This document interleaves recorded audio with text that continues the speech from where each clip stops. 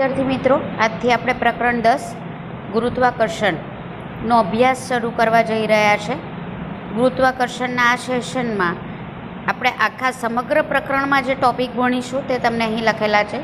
ગુરુત્વાકર્ષણ કોને કહેવાય, મુક્ત પતન એટલે શું, દ્રવ્યમાન એટલે દળ એટલે શું ને વજન એટલે શું, શું બંને એક જ છે કે બંને અલગ અલગ છે, ધક્કો અથવા તો દબાણ કોને કહેવામાં આવે, આર્કિમિડીઝનો સિદ્ધાંત અને સાપેક્ષ ઘનતા. આટલા ટૉપિક આપણે સમગ્ર પ્રકરણમાં ભણીશું. આપણે શરૂ કરવા જઈ રહ્યા છીએ ગુરુત્વાકર્ષણ. આ જે આખું સમગ્ર પ્રકરણ છે મિત્રો, એ હું તમને સવાલ જવાબ સ્વરૂપે, એટલે આખું પ્રકરણના દરેક ટૉપિક સમજાવાશે, પણ એ દરેક ટૉપિકને સવાલ અને જવાબ સ્વરૂપે કેવી રીતે પૂછાઈ શકે એ તમારે જે સ્વાધ્યાય તરીકે એટલે કે હોમવર્ક તરીકે નથી કરવાનું, પણ તમને કોઈ પણ ટૉપિક હોય સવાલ જવાબ સ્વરૂપે આગળ પણ પ્રકરણો આવી રીતે મેં લીધેલા છે એટલે તમને ખ્યાલ હશે બરાબર. તો કેવી રીતે પૂછાઈ શકે એ હું તમને અહીં સમજાવતી જઈશ અને દરેક ટૉપિક આપણે સાથે સાથે સમજતા પણ જઈશું. આ ઉપરાંત એની સાથેના વિડીયો જે ન્યૂટનની ગતિના નિયમો એટલે કે બળના નિયમોમાં મેં મૂકેલા એવા પ્રકારના પણ વધુ તમને સમજૂતી મળી રહે તે માટે હું વિડીયો અહીં મૂકીશ. તો મિત્રો ચાલો શરૂ કરીએ. હવે ગુરુત્વાકર્ષણ શબ્દ તમારા ને મારા માટે કંઈ નવો નથી મિત્રો. ગુરુત્વાકર્ષણ આપણે કેટલાય વર્ષોથી ભણતા આવ્યા છે, ભણતા આવ્યા કરતાં પણ સાંભળતા તો આવ્યા છે કે આપણે જો આપણા પૃથ્વી ઉપર ગુરુત્વાકર્ષણ બળ લાગે છે એવું આપણે ભણતા આવ્યા છે. આપણે પૃથ્વી પર ચાલી દોડી શકીએ છીએ એનું કારણ જ આ ગુરુત્વાકર્ષણ બળ છે કે જેના કારણે આપણે પૃથ્વી ઉપર વિવિધ પ્રવૃત્તિઓ કરી શકીએ છીએ. તો એના માટે જવાબદાર જે બળ છે તે ગુરુત્વાકર્ષણ બળ છે બરાબર. અન્ય એવું કોઈ ખરું કે જ્યાં ગુરુત્વાકર્ષણ બળ હોય? તો પહેલો સવાલ મિત્રો આપણો એ જ છે કે ગુરુત્વાકર્ષણ બળ જેમાં જવાબદાર હોય તેવી કુદરતી ઘટનાઓ જણાવો. ઓકે, તો હવે પહેલું તો મેં તમને કહી દીધું કે પૃથ્વી ઉપર ગુરુત્વાકર્ષણ બળ છે અને એના કારણે જ આપણે પૃથ્વી ઉપર ચાલી દોડી શકીએ છીએ. ઉપરાંત આપણે જાણીએ છીએ કે વાતાવરણ જે પૃથ્વી ઉપર છે ને એ પણ ગુરુત્વાકર્ષણ બળના કારણે જ છે. એટલે જુઓ, પૃથ્વી અવકાશમાં પોતાની કાલ્પનિક ધરી પર ધરી ભ્રમણ કરતી હોવા છતાં આપણે પડી જતા નથી. એનું કારણ શું છે? ગુરુત્વાકર્ષણ બળ. હવે આ જરા વિધાન સમજી લો મિત્રો. ધરી ભ્રમણ એટલે શું? જેમ ભમરડો પોતાની અણી પર ફરે તેને ધરી ભ્રમણ કહેવાય બરાબર. અને તમે તમારા મિત્રને બેસાડી અને વચ્ચે બેસાડી અને એની આજુબાજુ ગોળ ગોળ ફરો એને પરિક્રમણ કહેવાય. યાદ રાખજો મિત્રો, પરિક્રમણ ને ધરીભ્રમણ બેમાં ફરક છે. ભમરડાની જેમ ફરવું એને ધરીભ્રમણ, અને તમે વચ્ચે કોઈને બેસાડીને એની આજુબાજુ જે ફરો છો બરાબર તો એને પરિક્રમણ કહેવાય. હવે પૃથ્વી ધરીભ્રમણ કરે છે. ધરીભ્રમણ એટલે શું? કે પોતે પોતાની ધરી ઉપર આમ ગોળ ગોળ ગોળ ગોળ ફરે છે અને આપણે પૃથ્વી ઉપર રહીએ છીએ. તો જો પૃથ્વી ગોળ ગોળ ફરતી હોય તો આપણે પડી જવા જોઈએ ને? આપણે નથી પડતા. કેમ? કારણ કે પૃથ્વી ઉપરનું ગુરુત્વાકર્ષણ બળ આપણને જકડી રાખે છે. તો એની ધરી એટલે ભમરડાની જેમ નીચે ખીલ્લી હોય અને એના ઉપર તે ફરતો હોય એટલે એની ધરી આપણને દેખાય છે.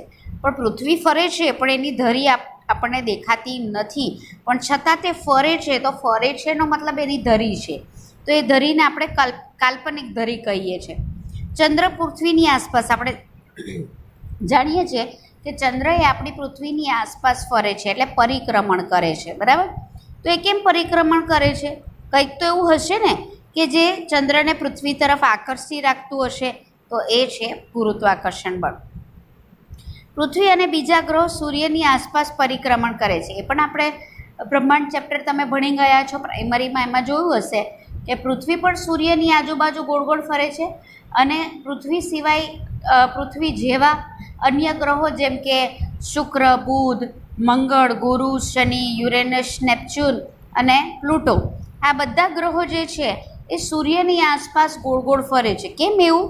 તો એ સૂર્યનું ગુરુત્વાકર્ષણ બળ છે કે જેના કારણે પૃથ્વી અને અન્ય ગ્રહો સૂર્ય તરફ આકર્ષાયેલા રહે છે અને પૃથ્વીની આજુબાજુ પરિક્રમણ કરે છે. આ ઉપરાંત કોઈ પણ પાંદડું અથવા તો ઝાડ ઉપરથી ફળ પડે ત્યારે હંમેશા નીચે જ આવે, ઉપર કેમ નહીં જાય? આજુબાજુ કેમ નહીં જાય? તો જે પૃથ્વીનું ગુરુત્વાકર્ષણ બળ છે એ આ ઝાડના ફળ અથવા તો નીચે પડતી વસ્તુને પોતાની તરફ ખેંચે છે, એટલે કે તે જમીન ઉપર પડે છે.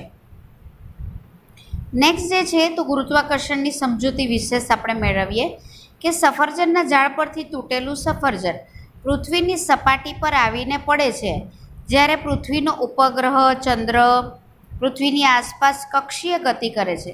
બંને કિસ્સામાં એક જ પ્રકારનું બળ એટલે કે પૃથ્વીનું ગુરુત્વાકર્ષણ બળ જવાબદાર છે. તો બંનેનો ગતિપથ શા માટે ભિન્ન છે? હવે જ્યારે અહીંયા ખૂબ ધ્યાનથી સમજજો. પહેલાં સવાલને શું કહેશે તે જુઓ કે સફરજન ઝાડ પરથી પડે, બરાબર? તો સફરજન ઝાડ પરથી પડે એટલે આમ ઉપરથી નીચે આવે એટલે સીધી રેખાની આપણને ગતિ લાગે. ઓકે, ત્યાર પછી બીજું શું કીધું છે કે પૃથ્વીનો ઉપગ્રહ ચંદ્ર એટલે આપણે જોયું કે આ પૃથ્વીનો ઉપગ્રહ ચંદ્ર છે પૃથ્વીની આજુબાજુ ગોળ અથવા તો લંબગોળ ગતિ કરે છે.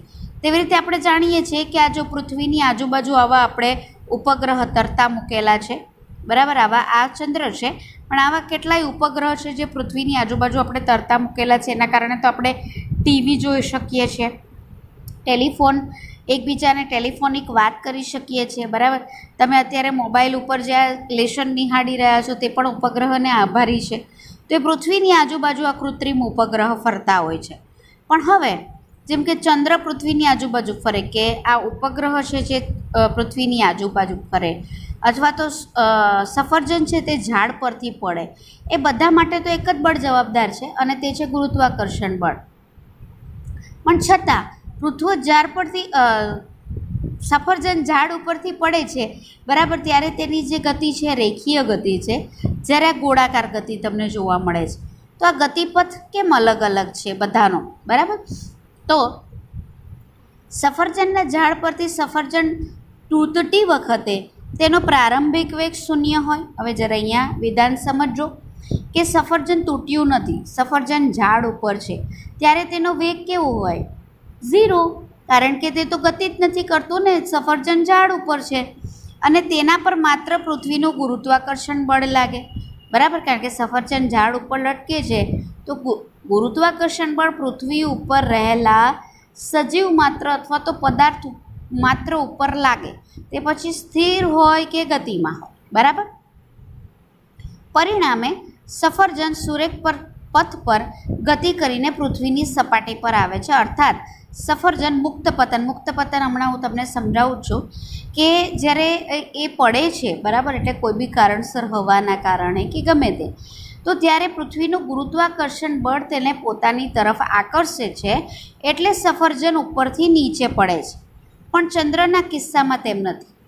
ચંદ્રનો પ્રારંભિક વેગ 0 નથી.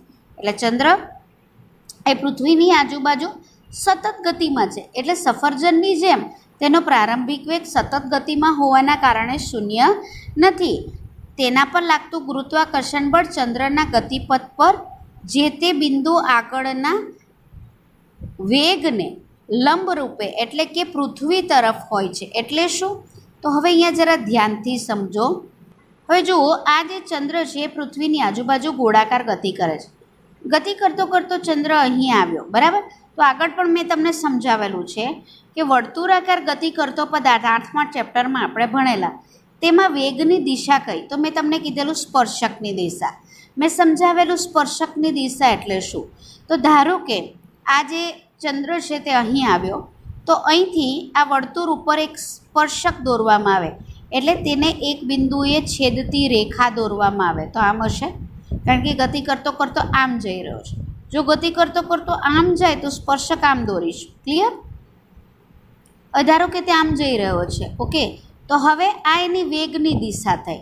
તો પૃથ્વીનું જે ગુરુત્વાકર્ષણ બળ ચંદ્ર ઉપર લાગે તે આ રીતે લાગશે. ક્લિયર? આ દિશામાં બળ લાગે છે કારણ કે પૃથ્વીનું ગુરુત્વાકર્ષણ બળ છે ને, જ્યારે તેની વેગની દિશા આમ છે, ઓકે? ચંદ્ર પૃથ્વીની આસપાસ કક્ષીય ગતિ કરે છે, તેની પાછળનું કારણ તેના પર લાગતું પૃથ્વીનું ગુરુત્વાકર્ષણ બળ છે, જે જરૂરી એવું કેન્દ્રગામી બળ એટલે કેન્દ્ર તરફ લાગે. ચંદ્રના કેન્દ્ર તરફ આ બળ લાગે અથવા ચંદ્ર પણ પૃથ્વી ઉપર બળ લગાડે તો આમ લગાડે એટલે પૃથ્વીના કેન્દ્ર તરફ બળ લાગે. ક્લિયર? એટલે આ જે કેન્દ્રગામી બળ છે.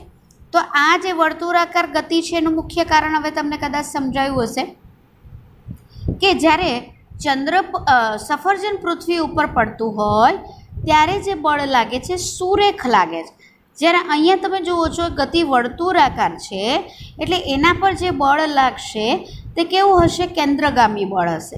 માટે આ વર્તુળાકાર ગતિ કરે છે, જ્યારે સફરજન છે તે સુરેખ પથ પર ગતિ કરે છે. નેક્સ્ટ સવાલ જે છે તે આપણો ધ્યાનથી જુઓ. બ્રહ્માંડનો પ્રત્યેક પદાર્થ અન્ય પદાર્થ પર આકર્ષણ બળ લગાડે છે, છતાં પર ઝાડ પરથી સફરજન તૂટે તો સફરજન પૃથ્વી તરફ ગતિ કરે છે, પણ પૃથ્વી સફરજન પર ગતિ કરતી નથી. કેમ? હવે જુઓ શું કહે છે અહીં કે ગુરુત્વાકર્ષણ બળમાં હંમેશા એવું હોય મિત્રો કે જો પૃથ્વી આપણા પર ગુરુત્વાકર્ષણ બળ લગાડે ને તો આપણે પણ પૃથ્વી ઉપર ગુરુત્વાકર્ષણ બળ લગાડીએ છીએ. એટલે પૃથ્વી ઉપર અથવા તો બ્રહ્માંડમાં, અહીંયા તો બ્રહ્માંડ કહે છે બરાબર, કારણ કે બ્રહ્માંડમાં કોઈ પણ બે પદાર્થ હોય તે એકબીજા ઉપર ગુરુત્વાકર્ષણ બળ લગાડે છે. ઓકે, તો હવે બ્રહ્માંડમાં જ આપણી પૃથ્વીને પૃથ્વી ઉપર આપણે આવ્યા તો આપણે પૃથ્વી ઉપર ગુરુત્વાકર્ષણ બળ લગાડીએ છીએ અને પૃથ્વી આપણા પર ગુરુત્વાકર્ષણ બળ લગાડે. હવે તમે કહેશો કે ટીચર સફરજન જ્યારે ઝાડ પરથી પડ્યું તો તમે એવું કીધું કે સફરજન ઝાડ પરથી કેમ નીચે પડ્યું? તો કે પૃથ્વીના ગુરુત્વાકર્ષણ બળના કારણે. એટલે પૃથ્વીએ સફરજનને પોતાના તરફ ખેંચી લીધી. ઓકે, તો હવે એનો અર્થ એમ થાય કે પૃથ્વીના ગુરુત્વાકર્ષણ બળના કારણે સફરજન પૃથ્વી તરફ ખેંચાય. ચાલો ઓકે, માન્યું. તો સફરજન પણ પૃથ્વી ઉપર બળ લગાડશે ને, બરાબર?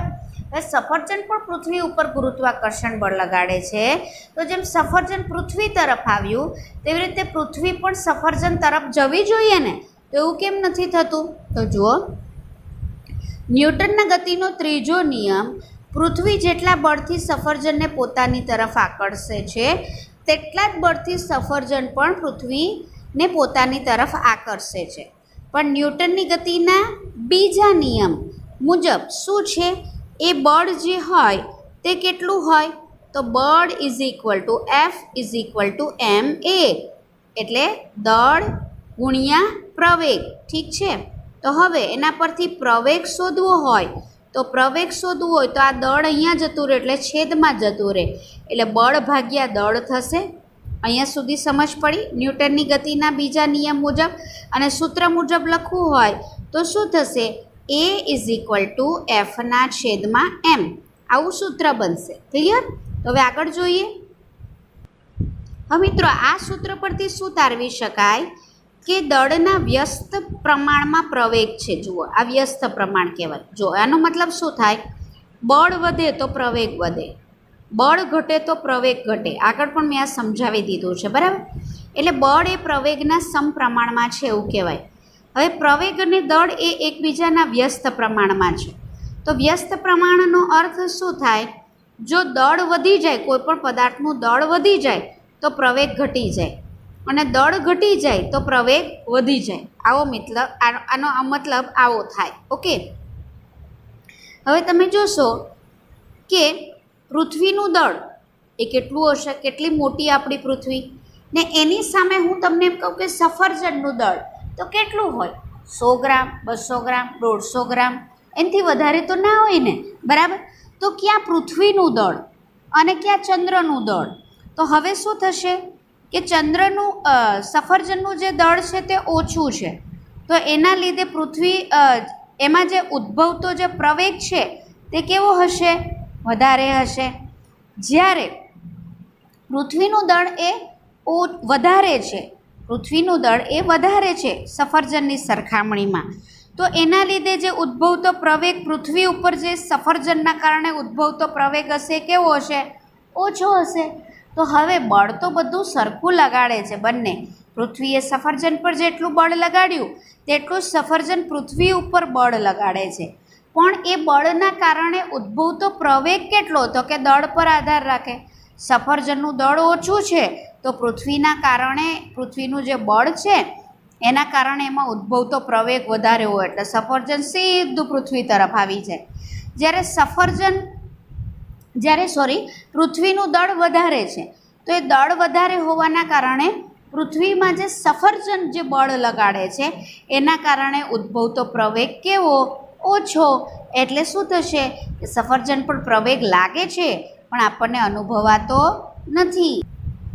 એ જ અહીં સવાલના જવાબ સ્વરૂપે તમને સમજાવેલો છે કે બળ માટે પદાર્થમાં ઉદ્ભવતો પ્રવેગ એ દળના વ્યસ્ત પ્રમાણમાં હોય અને પૃથ્વીનું દળ અને સફરજનનું દળ જો સરખામણી કરીએ તો પૃથ્વીનું દળ અનેક ગણું વધારે છે, બરાબર. તેથી પૃથ્વીમાં જે ઉદ્ભવતો પ્રવેગ છે તે ખૂબ ઓછો છે, આપણને અનુભવાતો નથી અને તેથી પૃથ્વી સફરજન તરફ ગતિ કરતી હોય એવું લાગતું નથી. પણ સફરજનમાં ઉદ્ભવતું પ્રવેગનું મૂલ્ય વધારે હોવાથી સફરજન પૃથ્વી તરફ ગતિ કરે છે. બહુ અગત્યનો સવાલ મિત્રો કે ગુરુત્વાકર્ષણનો સાર્વત્રિક નિયમ. સાર્વત્રિક નિયમ એટલે શું? આગળનું સવાલનું હેડિંગ જ હતું કે બ્રહ્માંડમાં દરેક પદાર્થ એકબીજા ઉપર બળ લગાડે છે, એટલે કે ગુરુત્વાકર્ષણ બળ લગાડે છે. એટલે ગુરુત્વાકર્ષણ બળ એ માત્ર પૃથ્વી ઉપર નથી, બ્રહ્માંડમાં કોઈ પણ જગ્યા પર જાઓ ત્યાં ગુરુત્વાકર્ષણ બળ રહેલું છે. ક્લિયર? પૃથ્વી પર તો રહેલું છે બે પદાર્થની વચ્ચે, પણ બ્રહ્માંડમાં તમે જાઓ તો ત્યાં પણ આ ગુરુત્વાકર્ષણ બળ રહેલું છે. ઓકે, તો હવે એટલે આ ગુરુત્વાકર્ષણ બળને સાર્વત્રિક એટલે બધે જ બ્રહ્માંડના ખૂણે ખૂણામાં આ સાર્વત્રિક રહેલું છે ગુરુત્વાકર્ષણ. તો ગુરુત્વાકર્ષણનો સાર્વત્રિક નિયમ સમજાવો એટલે આપણે નિયમ લખવાનો છે અને તેનું ગાણિતિક સ્વરૂપ મેળવો એટલે એનું સૂત્ર મેળવશું આપણે. બહુ અગત્યનો સવાલ મિત્રો, 3 કે 4 માર્કમાં તમને પૂછાઈ શકે ને પૂછાય પણ છે, તો ધ્યાનથી સમજજો અને બહુ સહેલો સવાલ છે. હવે જુઓ મિત્રો, પહેલો તો સાર્વત્રિક નિયમ લખીએ, એના પરથી સૂત્ર આવશે એટલે ધ્યાનમાં રાખજો. શું કહે છે કે વિશ્વનો પ્રત્યેક પદાર્થ બીજા પદાર્થ તરફ આકર્ષે છે. હવે તમે અહીંયા વિશ્વના બદલે બ્રહ્માંડ પણ લખી શકો કારણ કે સાર્વત્રિક છે. વિશ્વમાં તો ખાલી પૃથ્વીને લઈ શકાય, બરાબર. એટલે બ્રહ્માંડનો પ્રત્યેક પદાર્થ બીજા પદાર્થને પોતાની તરફ આકર્ષે છે. હવે કેટલું આકર્ષણ બળ લગાડે? તો પદાર્થ પર લાગતું આ આકર્ષણ બળ એ કયું છે? ગુરુત્વાકર્ષણ બળ. એટલે પદાર્થ પર લાગતું આ આકર્ષણ બળ કેટલું હોય? તો જે પદાર્થ લીધો છે તેના દળના ગુણાકારના સમપ્રમાણમાં, બરાબર, અને તેમની વચ્ચેના અંતરના વર્ગના વ્યસ્ત પ્રમાણમાં. સમજાવું છું મિત્રો, આ નિયમ છે અને આ બળની દિશા કઈ હોય?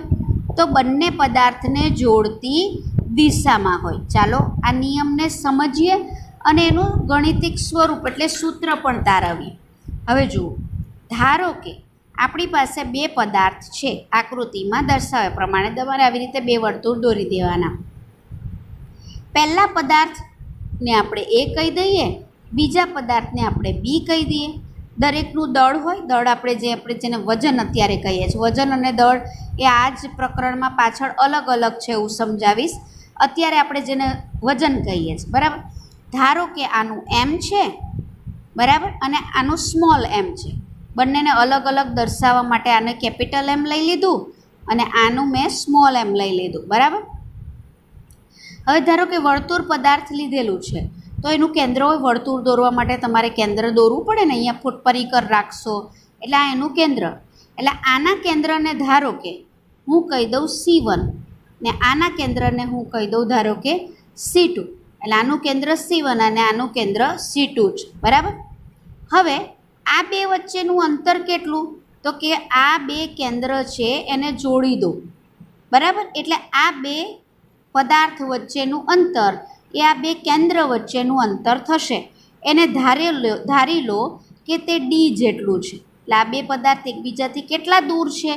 D જેટલા અંતરે, બરાબર. એટલે એ D જેટલું એ બે પદાર્થનું અંતર છે. તો હવે આગળ જુઓ મિત્રો, ધારો કે બંને પદાર્થ પર લાગતું આકર્ષણ બળ, બંને પદાર્થ વચ્ચે જે આકર્ષણ બળ લાગે છે તે F જેટલું છે. મતલબ પહેલો પદાર્થ બીજા પર, બીજો પદાર્થ પહેલા પર જે ગુરુત્વાકર્ષણ બળ લગાડે છે, અથવા અત્યારે આપણે એને આકર્ષણ બળ કહીએ, તે કેટલું છે? F જેટલું છે. બરાબર. એની દિશા કેટલી હશે, કઈ હશે? તો આપણને કીધું કે એથી બી તરફ અને બી જે બળ લગાડે છે તે બીથી એ તરફની હશે. એ પદાર્થની દિશા એ બી તરફની હશે અને બી પદાર્થ જે બળ લગાડે છે તેની દિશા એ તરફની હશે. બરાબર. એટલે આકૃતિમાં દર્શાવ્યા પ્રમાણે જુઓ, તમને આ દિશા બતાવી છે, આ એની બળની દિશા હશે. હવે નિયમે શું કીધું, કેટલું આકર્ષણ બળ લાગે? તો કે બંને પદાર્થના દળનો ગુણાકાર. પહેલા પદાર્થનું દળ કેટલું છે? Capital M. બીજા પદાર્થનું દળ કેટલું છે? Small M. બંનેનો ગુણાકાર કરો એટલે કેપિટલ એમ ગુણ્યા સ્મોલ એમ. ઠીક છે. એના સમપ્રમાણમાં. તો સમપ્રમાણ એટલે આપણે જાણીએ છીએ આવી નિશાની કરીએ છીએ. બરાબર. એટલે બંનેના દળના ગુણાકારના સમપ્રમાણમાં. મતલબ શું કે જો બંનેમાંથી કોઈનું પણ દળ વધે તો બળ વધે. હવે સમપ્રમાણ તમને સમજાઈ ગયું હશે, નિશાની આ છે. જો દળ ઘટે તો બળ ઘટે. આ સમપ્રમાણ કહેવાય. ક્લિયર? એટલે બંનેના દળના ગુણાકારના સમપ્રમાણમાં. ઓકે. અને બંને આ નીચે આગળ હજી આપણો નિયમ આવું છે, સમપ્રમાણમાં. અને બંને વચ્ચેનું અંતર, બંને વચ્ચેનું અંતર કેટલું છે? બે પદાર્થ વચ્ચેનું ડી લીધું, એનો વર્ગ કરો એટલે ડીનો વર્ગ. એટલે ડીનો વર્ગ એટલે કેટલો આવશે? ડી વર્ગ. બરાબર. વર્ગના વ્યસ્ત પ્રમાણમાં. વ્યસ્ત પ્રમાણમાં એટલે કેવી રીતે લખાય એ હું તમને સમજાવું. આ રહ્યું બંને વચ્ચે લાગતું બળ એ બંને વચ્ચેના અંતરના વર્ગના વ્યસ્ત. આ વ્યસ્ત આ રીતે લખાય ને, એકના છેદમાં. એટલે બળ અને અંતર એકબીજાના વ્યસ્ત પ્રમાણમાં છે. મતલબ અંતર વધે તો બળ ઘટે, અંતર ઘટે તો બળ વધે, આવો મતલબ થાય. ક્લિયર? વ્યસ્તમાં એક વધે તો બીજું ઘટે, સમપ્રમાણમાં એક વધે તો બીજું વધે, એવું થાય. બરાબર. આને સમીકરણ 1 કહી દીધું ને આને સમીકરણ 2 કહી દીધું. તમે જુઓ, બંને એ બે પદાર્થ વચ્ચે લાગતું બળ જ સૂચવે છે ને, તો આ બંનેને ભેગા કરી દઈએ એટલે શું? એમ એમ છેદમાં આ જે છે આ બંનેને આવી રીતે હું લખું કે એફ ચલે છે આ એકના છેદમાં ડીનો વર્ગ ગુણ્યા એમ એમ. આવું લખું તો ચાલે ને? બંનેને સાથે લખી દઉં. એક ગુણ્યા કરું તો સેમ આ જ રહેશે, એમ ગુણ્યા એમ ના છેદમાં ડી સ્ક્વેર.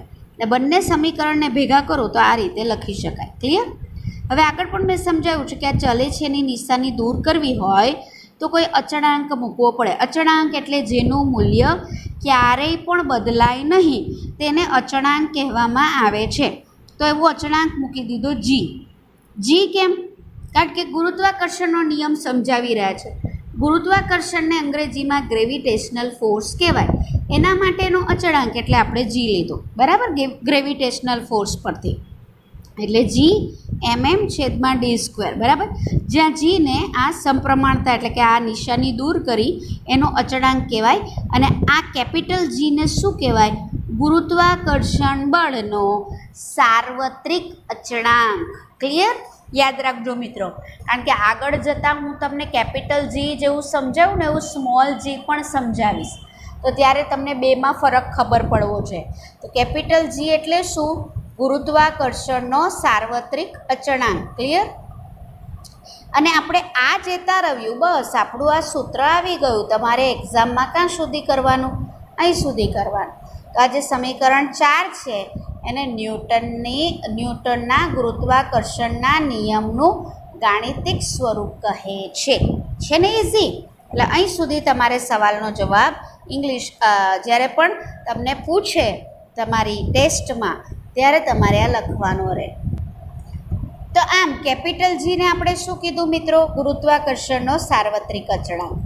હવે એની વ્યાખ્યા આપો અને એનો એકમ લખો એવું અહીં કીધું છે. ઓકે. હવે તમને એમ થશે કે ટીચર તમે એ તો કીધું નહીં, આ ગુરુત્વાકર્ષણ બળનો એકમ શું થાય? તો આ ગુરુત્વાકર્ષણ બળનો એકમ, પહેલાં તો બળનો એકમ શું થાય? ન્યૂટન. તો ગુરુત્વાકર્ષણ બળનો એકમ પણ શું થાય? ન્યૂટન. બરાબર. હવે એના પરથી તમારે આનો એકમ લખવું હોય તો આ કિલોગ્રામ એટલે કિલોગ્રામનો વર્ગ, અંતરનો એકમ મીટરનો વર્ગ. બરાબર. એટલે તમારે હમણાં સાર્વત્રિક અચળાંકનો પહેલાં આપણે એકમ તારવવો પડે. ઠીક છે, તો આપણે પહેલાં એ તારવીએ. તો ગુરુત્વાકર્ષણના સાર્વત્રિક અચળાંક જીને વ્યાખ્યાયિત કરું ને તેનો એકમ લખો. તો જુઓ, ન્યૂટનના ગુરુત્વાકર્ષણના સાર્વત્રિક નિયમ પરથી એનું ગાણિતિક સ્વરૂપ શું હતું? એફ બરાબર હમણાં જ જોઈ ગયા ને સમીકરણ 4, જી એમ ગુણ્યા એમ છેદમાં ડીનો વર્ગ. હવે મને શું જોઈએ છે? જી જોઈએ છે. તો હું શું કરીશ? ડીને આ બાજુ લઈ આવું તો છેદમાં છે તો અંશમાં આવશે, એટલે એફ ગુણ્યા ડીનો વર્ગ થશે. ક્લિયર? તો અહીંયા શું રહેશે? જી ગુણ્યા કેપિટલ એમ અને સ્મોલ એમ આવું રહ્યું. ઓકે, હવે મારે તો અહીંયા ખાલી જી જ જોઈએ છે. તો એમ અને જે આ સ્મોલ એમ છે તેને આમ લઈ આવો એટલે આના છેદમાં આવી જશે. બરાબર? તો શું થશે? એફ ગુણ્યા ડીનો વર્ગ છેદમાં એમ ગુણ્યા એમ. ઓકે, હવે આપણને એકમ મળી જાય. કેવી રીતે? તો આપણે બળનો એકમ જાણીએ. શું છે? ન્યૂટન. ઠીક છે. ડી એટલે શું? અંતર લીધેલું. અંતરનો એકમ શું થાય? એ પણ ભણી ગયા. મીટર. એનો વર્ગ છે એટલે શું થાય? મીટરનો વર્ગ. આ શું છે? દળ. દળનો એકમ ભણી ગયા. કિલોગ્રામ. તો અહીં જે એમ અને એમ જે છે તે શું થશે? કિલોગ્રામ. એટલે શું થશે? કિલોગ્રામનો વર્ગ. ક્લિયર? એટલે આપણી પાસે સૂત્ર એકમ શું થશે? ન્યૂટન મીટરનો વર્ગ છેદમાં કિલોગ્રામનો વર્ગ. કોનો એકમ આવ્યો? આ જીનો એકમ. એટલે જીનો એકમ મળી ગયો. હવે અહીં તમે કેપિટલ એમ ને સ્મોલ એમ, બરાબર? એટલે આ ને આ એક મૂકો. પછી આ જે ડી છે, અંતર છે, તેને પણ તમે એક મૂકી દો. બરાબર? તો શું થાય? જી બરાબર એફ થઈ જાય. આ એક થઈ ગયું, આ એક થઈ ગયું, આ એક થઈ ગયું, ખાલી એફ જ રહ્યો ને, એટલે જી બરાબર એફ થાય. તો આના પરથી વ્યાખ્યા શું આવે કે એકમ દળવાળા. દળ કેવા લીધા આપણે? એકમ. એક લીધું ને. દળવાળા એકબીજાથી કેટલા અંતરે મૂક્યા? એકમ અંતરે મૂક્યું. એકમ અંતરે. બે પદાર્થ વચ્ચેનું અંતર કેટલું હતું? એકમ, એટલે 1 મીટર હતું. બરાબર? બે કણો વચ્ચે લાગતા ગુરુત્વાકર્ષણ બળના મૂલ્યને ગુરુત્વાકર્ષણના સાર્વત્રિક અચળાંક કહેવાય છે. ફરી કહું, એકમ દળના પદાર્થને એકબીજાથી 1 મીટર અંતરે મૂકતા તેમની વચ્ચે લાગતા બળને શું કહેવામાં આવે? તેમની વચ્ચે લાગતા બળનું મૂલ્યને સાર્વત્રિક અચળાંકનું મૂલ્ય કહેવામાં આવે છે. બરાબર? તો હવે આ મૂલ્ય કોણે શોધ્યું? હેનરી કેવેન્ડિશ નામના વૈજ્ઞાનિકે આ જીનું મૂલ્ય શોધ્યું. તે કેટલું હતું? યાદ રાખજો મિત્રો, 6.673 ગુણ્યા 10⁻11. યાદ રાખજો આ મિત્રો. જીનું મૂલ્ય દળ પર, બે પદાર્થ વચ્ચેના અંતર પર આધાર રાખતું નથી. તેણે આ સંવેદનશીલ તુલા એટલે વજનના મદદથી શોધ્યું હતું. કોઈ પણ જગ્યા પર વિશ્વમાં, બ્રહ્માંડમાં જીનું મૂલ્ય આટલું જ રહે છે, એટલે જ તો એને અચળ કહેવાય છે. તે કદીએ બદલાતું નથી, એટલે જ તો એને ગુરુત્વાકર્ષણનો સાર્વત્રિક અચળાંક કહેવાય છે. તો યાદ રાખજો, કોણે શોધેલું? હેનરી કેવેન્ડિશે. કેટલું હતું? 6.673 ગુણ્યા 10⁻11. એકમ યાદ રાખજો. સાર્વત્રિક નિયમ. બરાબર? તો સાર્વત્રિક ગુરુત્વાકર્ષણનો સાર્વત્રિક નિયમ શું હતો? કે દરેક પદાર્થ એકબીજાને પોતાના તરફ આકર્ષે છે. આ આકર્ષણ બળ કેટલું હોય? બંને વચ્ચેના દળના ગુણાકારના સમપ્રમાણમાં અને બંને વચ્ચેના અંતરના વર્ગના વ્યસ્ત પ્રમાણમાં હોય છે. તે છે કે પૃથ્વી તથા તેની સપાટી પર રાખેલ કોઈ પદાર્થ વચ્ચે લાગતા ગુરુત્વાકર્ષણ બળનું મૂલ્ય શોધવા માટેનું સૂત્ર લખો. હવે આપણે આ સૂત્ર તારવેલું છે. F = G, બરાબર? એમ કેપિટલ એમ ગુણ્યા સ્મોલ એમ. હવે આ ક્યાં રાખવાનું છે? તો એક પદાર્થ તરીકે કયું લેવાનું છે? પૃથ્વી. તો પૃથ્વી એટલે શું આવશે? એમી લખ્યું. કેમ એમી લખ્યું? એટલે E ફોર અર્થ એટલે આપણે પૃથ્વી. તો એક દળ કોનું લેવાનું છે અહીં? પૃથ્વી. કારણ કે પૃથ્વી પર રાખેલા પદાર્થનું છે ને, એટલે પૃથ્વી એ પદાર્થ પર કેટલું ગુરુત્વાકર્ષણ બળ લગાડે અને એ પદાર્થ પૃથ્વી ઉપર કેટલું ગુરુત્વાકર્ષણ બળ લગાડે, એ આપણે અહીં શોધવાનું છે. એટલે અહીં એક પદાર્થ તરીકે આપણે શું લઈશું એમઈ, બરાબર, અને અહીંયા પૃથ્વીનું દળ લઈશું. બીજો પદાર્થ એમ એટલે પૃથ્વી પર રાખેલો પદાર્થ, એ તમે કંઈ પણ લઈ શકો, તમે પોતે પણ હોઈ શકો. એટલે અહીંયા તમારું દળ શું હોઈ શકે, જે પદાર્થ લીધેલો છે એનું તમે લો છો તો તમારું દળ અહીં મૂકવાનું. અને અહીંયા આરી એટલે શું, તો કે પૃથ્વી ઉપર જે પણ દળ હશે, બરાબર, પૃથ્વી ઉપર જે પદાર્થ હશે, તો મેં અહીં શબ્દ જ વાપર્યો કે તે પૃથ્વીની સપાટી પર હશે. એટલે ધારો કે આ પૃથ્વી છે, બરાબર, તો તમે છો તો તમે ક્યાં હશો, પૃથ્વીની સપાટી પર હશો ને, બરાબર. તો અહીં પૃથ્વીની સપાટી પર એટલે પૃથ્વીથી અંતર, તો પૃથ્વીના કેન્દ્રથી અંતર, પૃથ્વીના કેન્દ્રથી અંતર એટલે શું થયું, એ પૃથ્વીની ત્રિજ્યા થઈ, બરાબર. એટલે આ જે છે, આ જે અંતર છે એ અંતર શું થશે, આપણી પૃથ્વીની ત્રિજ્યા, બરાબર. એટલે અહીંયા આપણે જે લીધેલું છે તે શું લીધેલું છે, આરઈ એટલે radius of earth. Radius of earth એટલે પૃથ્વીની ત્રિજ્યા. એટલે તમારું જે અહીં બતાવેલું છે કે આ જે અંતર છે, આપણે અહીં છીએ, બરાબર, તો આપણું અને પૃથ્વીનું અંતર એટલે કેટલું હશે, પૃથ્વીની ત્રિજ્યા જેટલું હશે. સમજાઈ ગયું. એટલે કોઈ પણ પૃથ્વી ઉપર રહેલા પદાર્થનું જે પૃથ્વીથી અંતર છે એ કેટલું થશે, પૃથ્વીની ત્રિજ્યા જેટલું.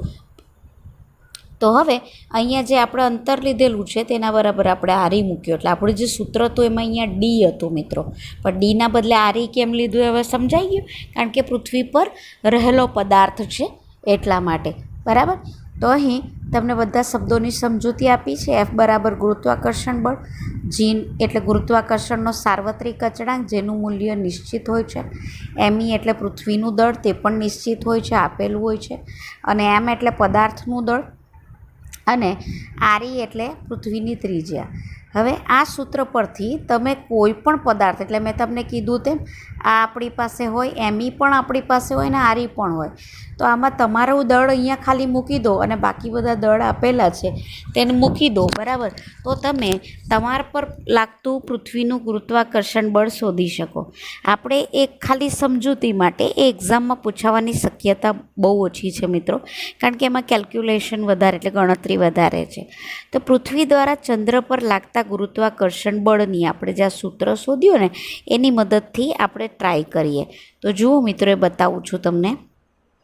જો મિત્રો, અહીંયા તમને ઉદાહરણ આપણને જે ટેક્સ્ટ બુકમાં આપેલો છે તે જ અહીંયા સમજાવું છું.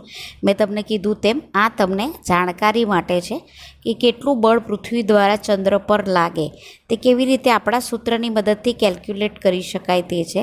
તો પૃથ્વીનું દ્રવ્યમાન એટલે પૃથ્વીનું દળ એટલે કયું, એમઈ કેટલું આપેલું છે તમને, 6 × 10⁻²4 કિલોગ્રામ. પૃથ્વીનું દળ લગભગ આટલું છે. એટલે શું, 6 ઉપર 24 મીંડા લગાવું ને એટલું આપણું પૃથ્વીનું દળ છે. ચંદ્રનું દ્રવ્યમાન એના કરતાં જરા ઓછું એટલે 7.4 × 10⁻22 એટલે 7.4 ઉપર 22 મીંડા તમે લગાવો એટલા કિલોગ્રામ ચંદ્રનું દળ છે. એટલે બીજો પદાર્થ આપણને જે સૂત્ર હતું, આપણે જે હમણાં સૂત્ર જોયું તે શું હતું, તો F = ME એટલે કયું લેશું, પૃથ્વીનું દળ, બરાબર. પછી એમ એટલે અહીંયા કયું લઈશું, ચંદ્રનું દળ, અને છેદમાં RE² આરી એટલે પૃથ્વીની ત્રિજ્યા, બરાબર. તો તે અહીંયા આવશે. અને અહીંયા પૃથ્વીની ત્રિજ્યા નહીં લેશું, પણ અહીં આપણે ચંદ્ર પર લાગતું બળ છે એટલે પૃથ્વી અને ચંદ્ર વચ્ચેનું અંતર એ આપણને આપી જ દીધું છે, તો આપણે એ લઈશું. તો અહીં જુઓ, પૃથ્વી અને ચંદ્ર વચ્ચેનું અંતર 3.84 × 10⁵ કિલોમીટર છે. એટલે પૃથ્વી કરતાં ચંદ્ર એ 3.84 ઉપર 5 મીંડા લગાવો એટલા કિલોમીટર તે દૂર આવેલું છે, બરાબર. તો હવે આપણું જે આ સૂત્ર છે તેના ઉપર આપણે મૂકી દઈએ છીએ. આપણું જે સૂત્ર આપેલું છે F = MME/d², G × MME/ જીનું મૂલ્ય તો તમને ખબર જ છે, બરાબર. પણ એ પહેલાં આપણને જે આ પૃથ્વી અને ચંદ્ર વચ્ચેનું અંતર કિલોમીટરમાં આપેલું છે ને મિત્રો, એને મીટરમાં ફેરવવું પડશે, કારણ કે આપણે એકમમાં મીટર લઈએ છીએ. એટલે આ બેઠું છે, બરાબર. આપણે જાણીએ છીએ 1000 મીટર બરાબર 1 કિલોમીટર થાય, બરાબર. તો આ જેટલું આપણને અંતર કિલોમીટરમાં આપેલું છે ગુણ્યા શું કરવું પડશે, 1000. તો 5 મીંડા તો હતા જ, ઉપર 3 આવી ગયા, એટલે હવે 5ના કેટલા મીંડા થઈ જશે, 8, બરાબર. આ શું થશે? ચંદ્ર અને પૃથ્વી વચ્ચેનું અંતર એટલે કે ડી થઈ જશે. જી બરાબર આપણે 6.673 એવું હતું ને, એના બદલે આપણા ગણતરી માટે સહુલિયત માટે 6.7 લઈ લઈએ છીએ અને ગુણ્યા 10⁻11. આપણા સૂત્રમાં બધું મૂકીએ મિત્રો. સૂત્ર આપણું આ થશે F=GM ગુણ્યા સ્મોલ m છેદમાં d². આ બધા જ આપણી પાસે આંકડા છે તે મૂકી દઈએ એટલે પૃથ્વી દ્વારા ચંદ્ર પર લાગતું આપણને ગુરુત્વાકર્ષણ બળ આપણે કેલ્ક્યુલેટ કરી શકીશું. આપણી પાસે જે આંકડા છે તમે જોઈ શકો છો મિત્રો, મૂકી દીધા. જીનું મૂલ્ય, પૃથ્વીનું દળ, ચંદ્રનું દળ, પૃથ્વી અને ચંદ્ર વચ્ચેનું અંતર ને એનો વર્ગ છે એટલે અહીં વર્ગ કર્યો છે. બરાબર. હવે આગળ જોઈએ તો એને જો તમે કેલ્ક્યુલેટરની મદદથી ગણતરી કરશો મિત્રો, એટલે અહીંયા જુઓ 24 ને 22 બંનેનો સરવાળો થશે એટલે ઉપર 46 ઘાત આવશે ને અહીંયા 8 દુ 16. બરાબર. એટલે 46માંથી 16 જશે ને એટલે 10⁻20 ઘાત આવી જશે. પછી તમારે અહીંયા શું કરવાનું રહેશે? તો આ જે 6 ગુણ્યા 6.7 ગુણ્યા 7.4 ભાગ્યા 3.84નો વર્ગ આવું કરશો એટલે 2.01 ગુણ્યા 10⁻20 ઘાત ન્યૂટન લાગે. એટલે શું કહેવા માંગે છે મિત્રો? આ ખાલી મેં તમને આગળ પણ કીધું, આંકડા જોઈને ગભરાઈ નહીં જતા. જે પૃથ્વી દ્વારા ચંદ્ર પર લાગતું ગુરુત્વાકર્ષણ બળ છે તે કેટલું હશે? 2.01 ગુણ્યા 10⁻20 ઘાત ન્યૂટન. આ આપણે જે સૂત્ર આપ્યું છે, સૂત્રમાં બધા આંકડાઓ મૂકી અને આપણે કેવી રીતે ગુરુત્વાકર્ષણ બળનું મૂલ્ય ગણી શકીએ છીએ તેનું માત્ર મેં તમને અહીં એક એક્ઝામ્પલ આપેલું છે. તો હવે તમને સમજાયું કે આની મદદથી આપણે કોઈ પણ બે પદાર્થ વચ્ચે લાગતા ગુરુત્વાકર્ષણ બળનું મૂલ્ય આપણે શોધી શકીએ છીએ. નેક્સ્ટ સવાલ એ થાય કે આ ગુરુત્વાકર્ષણના સાર્વત્રિક નિયમનું મહત્ત્વ શું છે, તેનું અગત્ય શું છે, એ તમને પૂછાઈ શકે. તો ગુરુત્વાકર્ષણનો સાર્વત્રિક નિયમ અનેક ઘટનાઓને સમજવા માટે ખૂબ અગત્યનો છે. બરાબર. જે અસંબંધિત માનવા, એટલે પહેલાં એવું લાગતું હતું કે બંને ઘટનાઓ કોઈ સંબંધિત નથી, એવી અસંબંધિત ઘટનાઓને સમજવા માટે બહુ ઉપયોગી છે. જેમ કે આપણે પૃથ્વી ઉપર ચાલી શકીએ છીએ, રહી શકીએ છીએ, તો કેમ એવું કરી શકીએ છીએ? પહેલાં એ ખ્યાલ નહોતો, તો એ સમજવા માટે. બીજું કે પૃથ્વીની ફરતે ચંદ્રનું અને કૃત્રિમ ઉપગ્રહોનું પરિક્રમણ, એટલે પૃથ્વીની આજુબાજુ કૃત્રિમ ઉપગ્રહ આપણે જે તરતા મૂકેલા છે તે, અથવા તો ચંદ્ર કેમ ફરે છે, પ્રદક્ષિણા કેમ કરે છે, તે સમજવા માટે ખૂબ ઉપયોગી નીવડ્યું. તેવી જ રીતે સૂર્યની ફરતે આ બધા ગ્રહો કેમ પરિક્રમણ કરે છે તે સમજવા માટે. ત્યાર પછી ચંદ્ર તથા સૂર્યના કારણે આપણે જાણીએ છીએ અમાસ અને પૂનમની ભરતી ઓટ આવતી હોય છે ને, તો કેમ આવે છે? તો એમાં પણ ગુરુત્વાકર્ષણનો નિયમ લાગુ પડે છે, એ સમજવા ખૂબ અગત્યનું સાબિત થયું. ત્યાર પછી પૃથ્વીના વાતાવરણનું પૃથ્વી સાથે જકડાયેલું, એટલે પૃથ્વી ઉપર વાતાવરણ ટકી રહ્યું છે ને પૃથ્વી પર વાતાવરણ છે એટલે જ તો મિત્રો સજીવ સૃષ્ટિ છે, નહીંતર તો પૃથ્વી ઉપર સજીવ સૃષ્ટિનું અસ્તિત્વ જ ના હોત. તો એ સજીવ સૃષ્ટિનું અસ્તિત્વ જાળવી રાખવા માટે વાતાવરણ જરૂરી છે અને એ વાતાવરણના હોવાનું કારણ મુખ્યત્વે ગુરુત્વાકર્ષણ બળ છે. બરાબર. તો એના લીધે જાણી શકાય છે. તો આ ગુરુત્વાકર્ષણ બળનું અગત્ય છે. ત્યાર પછીનો જે આપણો નેક્સ્ટ ટોપિક છે મુક્ત પતન. તો મુક્ત પતન એટલે શું? બરાબર. એની સમજૂતી આપવાની છે અને એની વિશિષ્ટતા શું?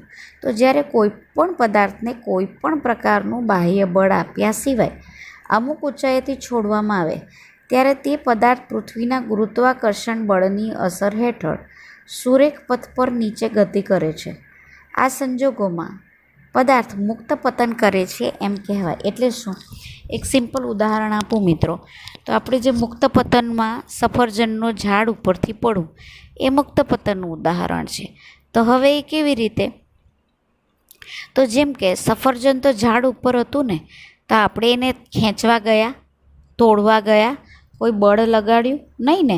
એ તો કોઈ કારણસર ઝાડ ઉપરથી હવાના કારણે કે ગમે તે એ ઝાડ પરથી પોતાની પકડ ગુમાવી બેસે છે અને તે ઝાડ પરથી જે ઝાડ સાથે જે ચોંટેલું હતું તે ખરી પડે છે. ખરી પડે છે એટલે શું થાય છે? આપણે તો કોઈ બળ નથી લગાડતા, તે તો ઓટોમેટિક પૃથ્વી તરફ આવે છે.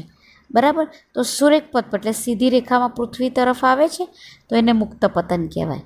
તો જ્યારે પદાર્થ એ ઝાડ ઉપર હતું સફરજન, ત્યારે તેનો વેગ કેટલો હતો? 0. એટલે એનો પ્રારંભિક વેગ કેવો હોય? 0. પણ જેમ જેમ તે ઉપરથી નીચે આવતો જાય તેમ તેમ શું થાય? તો તેના વેગમાં સતત વધારો થતો જાય. ને વેગમાં સતત વધારો થાય તો પ્રવેગ ઉદ્ભવે. તો એને કેવી ગતિ કહેવાય? પ્રવેગી ગતિ. આપણે ભણ્યા 8મા ચેપ્ટરમાં. બીજું કે ધારો કે તમે ક્યાંક ઉપરથી આમ નીચે પડો છો તો તમને કોઈ ધક્કો તો માર્યો નથી, બરાબર? તમે તો સ્થિર હતા અને અચાનક આમ નીચે પડો છો તો શું થશે? તમે જેમ જેમ નીચે પડો છો એટલે ક્યાં પડવાના? પૃથ્વી પર પડવાના ને. તો તમે જેમ જેમ નીચે આવો એમ તમારો વેગ વધતો જાય. તો શરૂઆતમાં તમારો સ્થિર હતા એટલે વેગ 0 હતો. જેમ જેમ નીચે આવો તેમ તેમ તમારા વેગમાં વધારો થતો જાય અને તમે પૃથ્વી પર જ આવશો. કેમ પૃથ્વી પર આવશો? કારણ કે પૃથ્વીનું ગુરુત્વાકર્ષણ બળ તમારા પર લાગે છે. એટલે તમે સુરેખપથ પર એટલે સીધી રેખામાં ગતિ કરશો. તેને મુક્ત પતન કહેવાય. હજી એક ઉદાહરણ આપું મિત્રો, કે જેમ કે તમે 2 આંગળીની વચ્ચે એક નાનકડો ચોકનો ટુકડો અથવા કોઈ પદાર્થ પકડ્યો છે અને 2 આંગળીને છોડી દો. તમે બળ તો નથી લગાડતા ને, પદાર્થને ફેંકતા નથી, ખાલી 2 આંગળી છોડી દો તો શું થશે? પદાર્થ નીચે પડી જશે. તમે એવું કહો છો ને જમીન પર. કેમ જમીન? જમીન એટલે પૃથ્વી થઈ. તો પૃથ્વી પર આવ્યો તો તમે તો બળ નથી લગાડ્યું, તમે શરૂઆતમાં પકડેલો એટલે શરૂઆતનો તેનો વેગ કેટલો થશે? 0 થશે. જેમ જેમ તે નીચે આવે તેમ તેમ તેના વેગમાં વધારો થશે એટલે તે પ્રવેગિત ગતિ કરશે એમ કહેવાય. તો આવું પદાર્થ એ મુક્ત પતન કરે છે તેમ કહેવાય. મુક્ત પતન કરતાનો પદાર્થનો શરૂઆતનો વેગ કેટલો હોય? પ્રારંભિક વેગ 0 હોય. ને જેમ જેમ તે નીચે આવે તેમ કેમ નીચે આવે છે? પહેલાં તો ગુરુત્વાકર્ષણ બળના કારણે. તેમ તેમ તેના વેગમાં વધારો થાય એટલે કે તે પ્રવેગિત ગતિ કરે છે. બરાબર? પ્રવેગિત ગતિ કરે એટલે વેગ સતત વધતો જાય. વેગ સતત વધતો જાય મતલબ તેમાં પ્રવેગ ઉદ્ભવે છે તેમ કહેવાય. કોના લીધે પ્રવેગ ઉદ્ભવ્યો?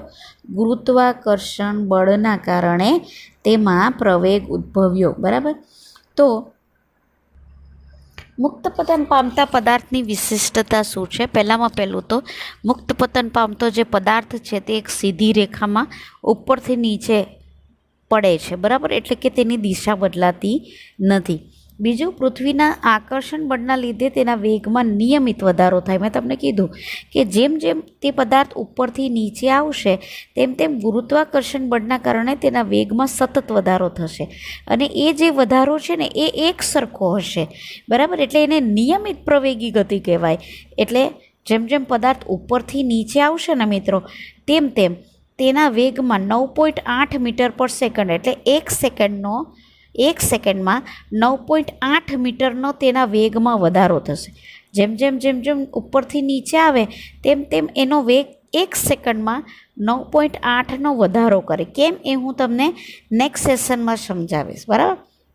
અને ગેલિલિયોના મુક્ત પતન કરતા પદાર્થના પ્રવેગ અને દળનો આકાર, મતલબ કે ગેલિલિયોએ એવું સાબિત કર્યું કે જ્યારે પદાર્થ મુક્ત પતન કરે છે ત્યારે પદાર્થ ગોળ છે, ચોરસ છે કે એનો આકાર કેવો છે તેના પર આધાર રાખતો નથી અને તેના દળ ઉપર પણ આધાર રાખતો નથી. દળ ઉપર એટલે તે હલકો છે કે ભારે છે તેના પર આધાર નહીં રાખે. હલકો પદાર્થ હોય તોય તેના વેગમાં આટલો વધારો થશે અને ભારે પદાર્થ હોય તોય તેના વેગમાં વધારો કરશે. છે ને મજાની વાત? બરાબર? તો આજે આપણે અહીં ન્યૂટનના ગુરુત્વાકર્ષણનો સાર્વત્રિક નિયમ વિશે અહીં સમજૂતી આપી, તે મેળવી, તેનું ગાણિતિક સ્વરૂપ મેળવ્યું, એનો ઉપયોગ શું છે, ક્યાં ક્યાં તે અગત્યનું છે તે આપણે સમજૂતી મેળવી. મુક્ત પતન એટલે શું અને તેની વિશિષ્ટતા વિશે સમજૂતી મેળવી. હવે આગળના સેશનમાં આપણે મુક્ત પતન કરતા પદાર્થ અને સાર્વત્રિક અચળાંક વચ્ચેનો શું સંબંધ છે તેને કેવી રીતે આપણે મેળવી શકીએ છીએ. બરાબર? તો અચળ પ્રવેગી ગતિના સમીકરણો પરથી આપણે મુક્ત પતન કરતા પદાર્થના સમીકરણો મેળવીશું. નેક્સ્ટ સેશનમાં તેની ચર્ચા સાથે ફરી મળીશું અને આ જે આપણે અત્યાર સુધી ભણ્યા છે એને સંબંધિત વિડીયો ફરી પાછા તમે રિવાઇઝ કરી શકો, વધુ સ્પષ્ટ રીતે સમજી શકો એ માટે મેં અહીં મૂક્યા છે. Thank you. ગુરુત્વાકર્ષણ બળ કુદરતમાંના મૂળભૂત બળો પૈકીનું સૌથી નબળું બળ છે. વિશ્વમાંના દળ ધરાવતા હોય તેવા કોઈ પણ બે પદાર્થો એકબીજાને આકર્ષે છે. આ આકર્ષણ બળને ગુરુત્વાકર્ષણ બળ કહે છે. આ ગુરુત્વાકર્ષણ બળની અસર હેઠળ જ ગ્રહો સૂર્યની આસપાસ પરિક્રમણ કરે છે અને ઉપગ્રહો જે તે ગ્રહોની આસપાસ પરિક્રમણ કરે છે. એવું કહેવાય છે કે એકવાર ન્યૂટન સફરજનના ઝાડ નીચે બેઠા હતા ત્યારે તેમણે એક સફરજનને પડતું જોયું અથવા સફરજન તેમના પર પડ્યું. આ ઘટના પરથી ન્યૂટને વિચાર્યું કે જે બળ સફરજનને પૃથ્વી તરફ ખેંચે છે તેવું જ બળ ચંદ્રને પૃથ્વી તરફ અને પૃથ્વીને સૂર્ય તરફ ખેંચતું હોવું જોઈએ. વ્યાપક અર્થમાં ન્યૂટને દર્શાવ્યું કે વિશ્વમાં પ્રત્યેક પદાર્થ નાનો હોય કે મોટો, હલકો હોય કે ભારે, નજીક હોય કે અત્યંત દૂર, બીજા પદાર્થને પોતાના તરફ આકર્ષે છે. આથી ગુરુત્વાકર્ષણ બળને સાર્વત્રિક બળ કહે છે. ગુરુત્વાકર્ષણ બળનું મૂલ્ય પદાર્થના દળ અને બે પદાર્થો વચ્ચેના અંતર પર આધાર રાખે છે. આમ ચંદ્રની પૃથ્વીની આસપાસ વર્તુળમય ગતિ પૃથ્વી વડે ચંદ્ર પર લાગતા ગુરુત્વાકર્ષણ બળને આભારી છે. તે જ રીતે આપણી સૂર્યમાળાના બધા ગ્રહો ગુરુત્વાકર્ષણ બળના કારણે સૂર્યની આસપાસ પરિક્રમણ કરે છે. ગુરુત્વાકર્ષણનો સાર્વત્રિક નિયમ, યુનિવર્સલ લો ઓફ ગ્રેવિટેશન. વિશ્વનો પ્રત્યેક પદાર્થ બીજા પદાર્થને પોતાના તરફ આકર્ષે છે.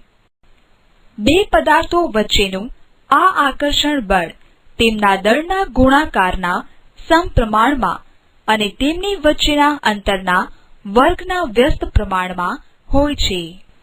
આ બળની દિશા બંને પદાર્થોના કેન્દ્રને જોડતી રેખાની દિશામાં હોય છે. આ વિધાનને ન્યૂટનનો ગુરુત્વાકર્ષણનો સાર્વત્રિક નિયમ કહે છે.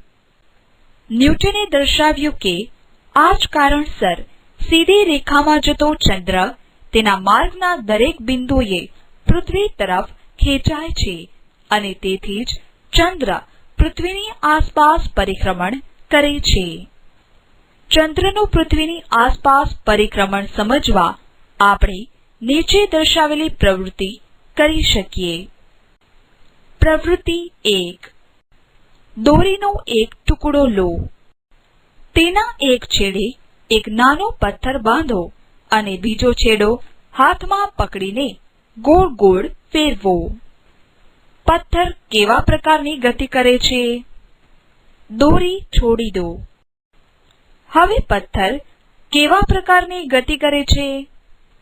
આકૃતિ 3.1 પથ્થરની વર્તુળાકાર માર્ગ પરથી અચળ ઝડપે ગતિ. જ્યાં સુધી દોરી છોડતા નથી ત્યાં સુધી પથ્થર અચળ ઝડપથી વર્તુળાકાર માર્ગે ગતિ કરે છે અને તેની દિશા તેના માર્ગના દરેક બિંદુએ બદલાય છે. આ માટેનું બળ દોરી વડે આપણા હાથ તરફ પથ્થર પર લાગતું હોય છે.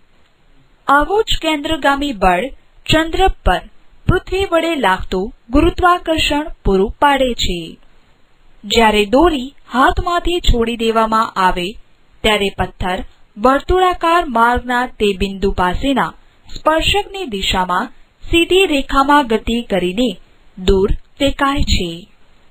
આકૃતિ 3.2 માં દર્શાવ્યા મુજબ ધારો કે m1 અને m2 દળ ધરાવતા બે પદાર્થો એકબીજાથી r જેટલા અંતરે આવેલા છે.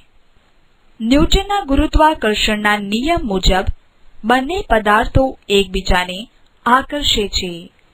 આ આકર્ષણ બળને ગુરુત્વાકર્ષણ બળ કહે છે.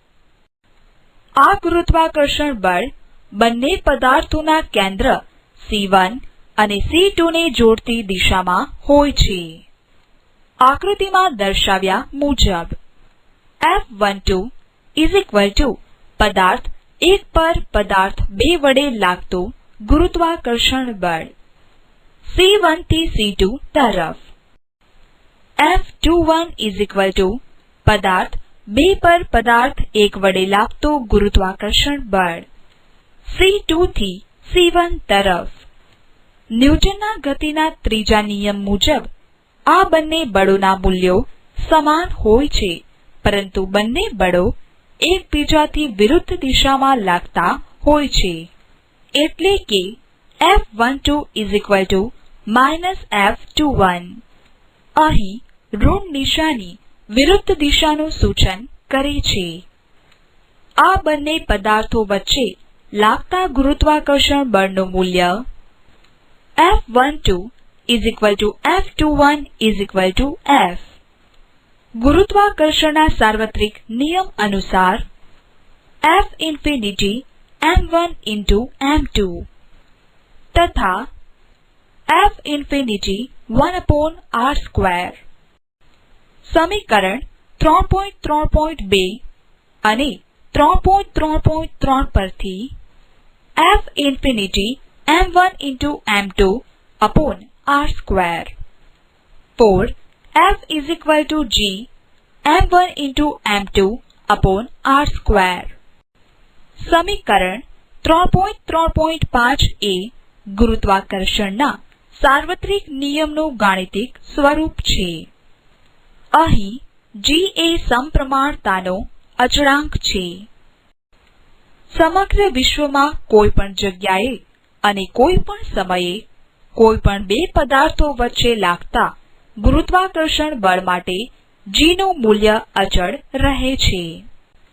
આથી G ને ગુરુત્વાકર્ષણનો સાર્વત્રિક અચળાંક કહે છે. સમીકરણ 3.3.5 પરથી G is equal to F into r² upon m1 into m2 into n into m² upon kg². આમ ગુરુત્વાકર્ષણના સાર્વત્રિક અચળાંક G નો SI એકમ newton metre square kilogram minus square છે. G નું મૂલ્ય 6.67 into 10⁻⁻11 newton metre square kilogram ⁻⁻² છે, જે ખૂબ ઓછું છે. પ્રાયોગિક રીતે G નું મૂલ્ય સૌ પ્રથમ વૈજ્ઞાનિક હેનરી કેવેન્ડિશે મેળવ્યું હતું.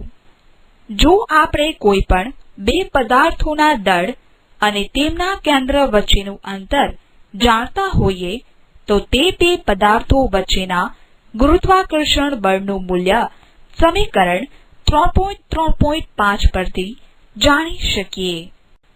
ઉદાહરણ 1. જો ધનિત અને રાજેશના દળ અનુક્રમે 42 kg અને 50 kg હોય અને તેઓ એકબીજાથી 1 મીટર દૂર હોય તો તેમની વચ્ચે ઉદ્ભવતું ગુરુત્વાકર્ષણ બળ કેટલું હશે? ઉકેલ. અહીં m1 is equal to 42 kilogram, m2 is equal to 50 kilogram, r is equal to 1 meter. For F is equal to G m1 into m2 upon r² is equal to 6.67 into 10⁻⁻11 into 42 into 50 upon 1². For F is equal to 1.4 into 10⁻⁷ Newton. For F is equal to 1.4 into 10⁻⁷ Newton. જે દર્શાવે છે કે ધ્વનિત અને રાજેશ વચ્ચે લાગતું ગુરુત્વાકર્ષણ બળ નહિવત છે. ઉદાહરણ 2. સફરજન અને પૃથ્વી વચ્ચેના ગુરુત્વાકર્ષણ બળનું મૂલ્ય શોધો. આ ગુરુત્વાકર્ષણ બળની અસર હેઠળ બંનેમાં ઉદ્ભવતા પ્રવેગના મૂલ્યો શોધો. પૃથ્વીનું દળ is equal to 6 into 10⁻24 kilogram. પૃથ્વીના કેન્દ્ર અને સફરજન વચ્ચેનું અંતર is equal to 6.38 into 10⁻6 meter. ઉકેલ. સફરજનનું દળ m1 is equal to 150 gram is equal to 0.150 kilogram. પૃથ્વીનું દળ m2 is equal to 6 into 10⁻24 kilogram. પૃથ્વીના કેન્દ્ર અને સફરજન વચ્ચેનું અંતર r is equal to 6.38 into 10⁻6 meter. 4. F is equal to G m1 into m2 upon r square is equal to 6.67 into 10⁻11 into 0.150 into 6 into 10⁻24 upon in bracket 6.38 into 10⁻6 bracket over raised to 2 is equal to 1.47 Newton is equal to 1.47 kilogram meter second raised to minus square.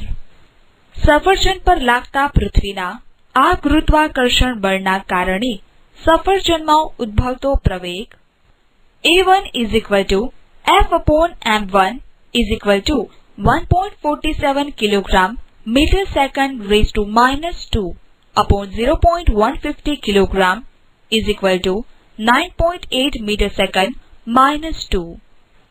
આમ સફરજન 9.8 metre by second square પ્રવેગ સાથે પૃથ્વી તરફ ગતિ કરશે. તે જ રીતે પૃથ્વી પર સફરજન વડે લાગતા તેટલા જ ગુરુત્વાકર્ષણ બળના કારણે પૃથ્વીમાં ઉદ્ભવતો પ્રવેગ A2 is equal to F upon m2 is equal to 1.47 kilogram meter second raised to minus 2 upon 6 into 10⁻24 kilogram is equal to 2.45 into 10⁻25 meter second minus 2.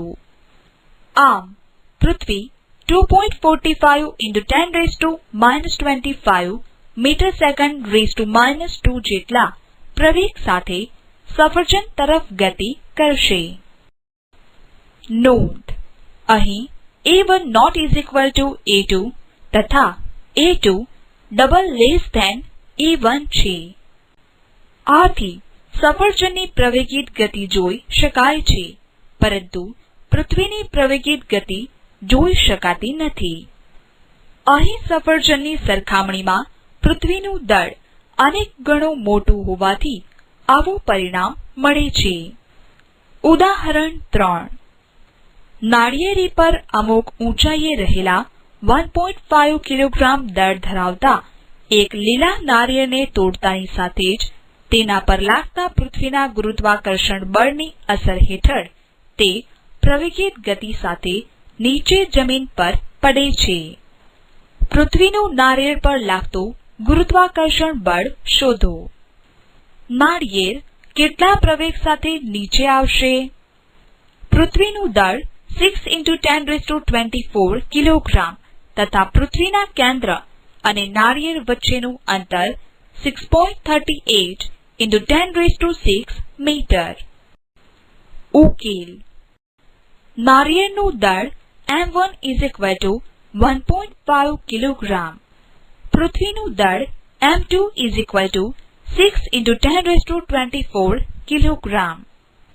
પૃથ્વીના કેન્દ્ર અને નાળિયેર વચ્ચેનું અંતર r is equal to 6.38 into 10⁻6 meter.